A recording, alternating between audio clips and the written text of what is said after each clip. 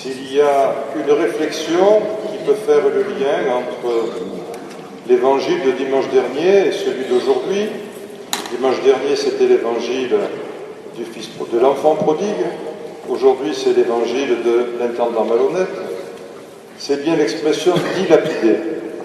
Dilapider, ce n'est pas un terme qu'on emprunt peut-être trop souvent. Est-il besoin d'aller chercher dans le petit Robert la définition de ce verbe dilapider? On trouverait à ce moment-là qu'il s'agit de dépenser des biens matériels de manière excessive et désordonnée. Et puis on peut aussi penser qu'à l'inverse, au contraire, ce serait de dilapider, ce serait accumuler, ce serait épargner, ce serait faire fructifier, c'est évidemment plus positif.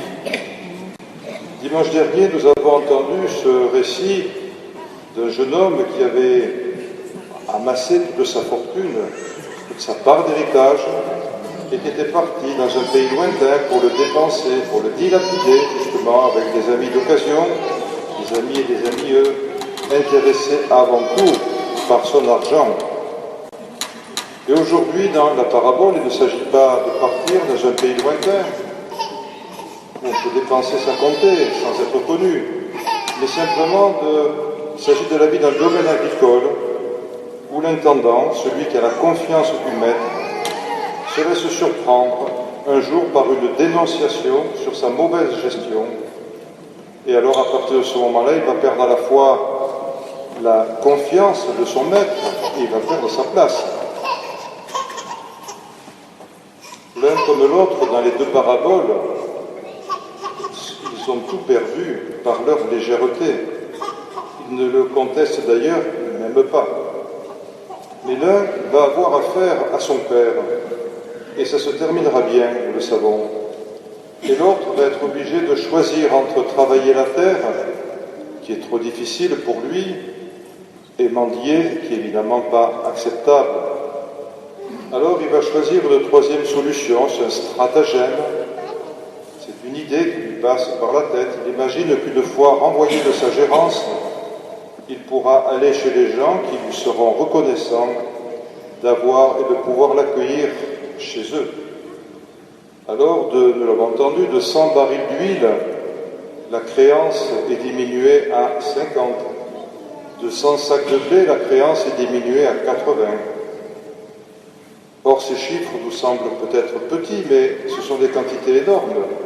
Et les biblistes qui reprennent les quantités de mesure de l'époque disent bien que ça revient à 3700 litres d'huile. Or, chacun de nous qui achète de l'huile d'olive, je suppose que c'est un certain nombre d'entre nous, savent bien qu'un litre d'olive vaut plus de 10 euros le litre. Donc, on peut calculer cette jolie somme que a finalement diminué cet intendant. Et la finale de l'histoire doit aussi nous intéresser, puisqu'il ne s'agit pas, il s'agit d'une histoire que Jésus a construite, d'une parabole, comme il le fait souvent. Il ne peut pas s'agir évidemment de faire l'éloge de la malhonnêteté, même si dans le texte il est dit que l'intendant a été le maître de l'intendant a été tellement surpris de cette position qu'il fait l'éloge de son intendant. Il dit: les fils de ce monde sont plus habiles entre eux que les fils de lumière. Et les fils de lumière, ce sont ceux qui se laissent imprégner par la parole de Dieu. Alors certains commentateurs disent que le gérant, finalement, en diminuant le montant de sa créance de blé, de sa créance d'huile, a simplement supprimé le bonus qu'il prenait chaque fois sur ses tractations et qu'il pouvait s'appliquer d'ailleurs en toute légalité. Mais là, il le fait au détriment de son maître, c'est certain. Alors il nous faut rechercher, si on veut vraiment trouver la pointe du récit, l'identité du maître dont il est question. Et si nous pouvons trouver que c'est le Père de Jésus-Christ, alors évidemment, pensons qu'il s'agit de notre Père, celui que nous aimons prier, celui que Jésus nous a appris à découvrir au fur et à mesure de son enseignement. Et un peu plus loin, dans l'enseignement de Jésus, il va développer à la lumière de cette parabole ce qu'il veut chercher. Faites-vous des amis avec l'argent malhonnête, afin afin que le jour où il ne sera plus là, ses amis vous accueillent dans les demeures éternelles. Alors certains remplacent même le mot malhonnête par le mot maudit, l'argent maudit, peut-être parce qu'ils ont été témoins que dans bien des situations, l'amour de l'argent emmenait des gens à une perte complète.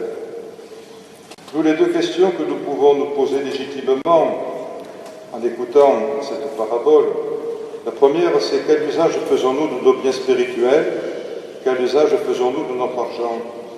En vérifiant à chaque époque de notre vie, parce que ce n'est pas la même chose quand on est jeune, quand on est à l'âge adulte, quand on est à l'âge de la retraite, qu'on a besoin des mêmes choses, nous le savons. Vérifions à chaque étape de notre vie où nous voulons aller. Quels sont les moyens que nous avons utilisés? Quels sont ceux qui nous rapprochent des pauvres, qui nous permettent aussi d'aider ceux qui sont peut-être devenus pauvres depuis le temps où nous les connaissons? Sommes-nous attentifs à ne pas dilapider nos biens pour des choses secondaires ou des choses futiles? Et l'autre question peut se poser sur les relations avec nos amis. Quelle qualité donnons-nous à ces relations avec nos amis, qui risquent de connaître ces relations comme toute chose dans la vie humaine, l'usure du temps, l'usure de l'habitude?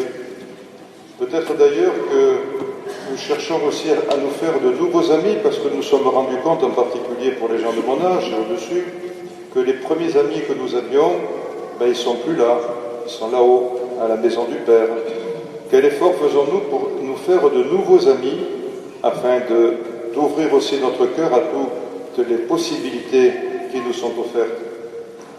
En ces jours du patrimoine, en particulier, 21-22 septembre, pensons qu'il ne s'agit pas simplement des patrimoines matériels, il ne s'agit pas simplement des châteaux forts, des églises, des demeures seigneuriales qui sont de temps en temps remises à neuf, à juste titre, chaque fois que c'est possible. Mais élargissons aussi nos préoccupations à l'héritage spirituel que nous avons reçu du passé, cet héritage, je dirais, invisible, parce que celui-là, évidemment, ou bien on l'accueille, ou bien on ne le verra pas sous nos yeux, sauf si peut-être on s'est regardé à travers les objets d'art ce que l'héritage du passé nous a apporté. Et l'héritage spirituel de notre pays ou de notre continent, notre monde même, est prodigieux. Alors, saisissons aussi l'occasion aujourd'hui. Notre ami le Père Fabien a monté une exposition ici dans notre église sur des objets religieux qui sont le symbole de l'amour de nos prédécesseurs pour Dieu, pour son Église, pour la manière de prier. Prenons aussi le temps de venir vérifier, de venir voir ces merveilles qui nous sont proposées. À notre époque, nous le savons, la foi chrétienne, plus que jamais, est difficile à transmettre. Même le mot transmettre la foi chrétienne, nous savons que c'est très difficile à utiliser. Alors, puisque nous voulons quand même que cette foi chrétienne irrigue le cœur de nos enfants, comme cette petite fille qui est baptisée maintenant, irrigue le cœur des petits-enfants, des petits-neveux, des petites-nièces, eh bien, demandons au Seigneur de savoir, nous aussi, éclairer notre vie sur le comportement que nous avons à tenir, notre comportement personnel, mais aussi notre comportement d'Église, afin que, ensemble, nous vivions mieux de l'Évangile du Christ.